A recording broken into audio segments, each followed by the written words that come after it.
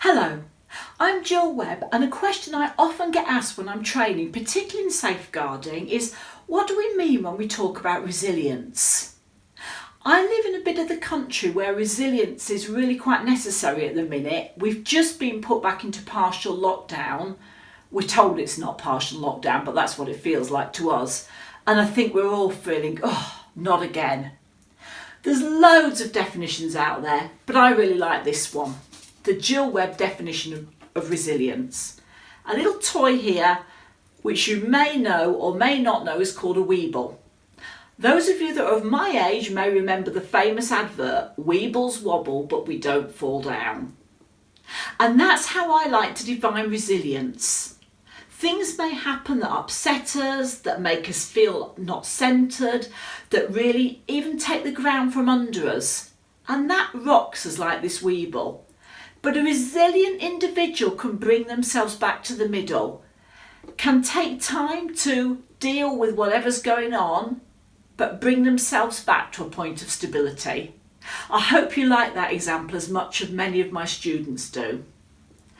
And then finally, just a quick thought about how we build resilience. Really simple illustration of a bucket. You may have also heard of this as a stress bucket, because you'll notice this bucket has holes in the side. Now you'll probably be quite disappointed I'm not going to fill it with water since I am filming indoors, but you can imagine that if I fill that bucket with water, it's going to leak all the time. So all the time the water level is going to drop.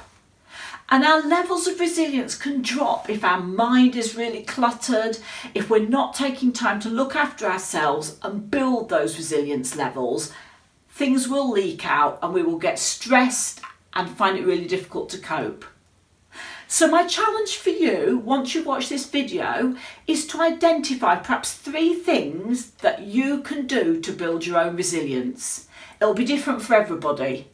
I know I enjoy walking, particularly on a nice day. Getting out in the fresh air is really good for me, as is spending time with family and friends, even if that has to be virtually at the moment. It'll be different for all of us, and maybe you can be brave enough to go on to identify what makes you less resilient. I know for me, an unhealthy lifestyle is not a good choice.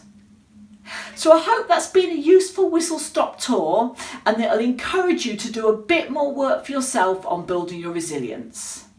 Thank you.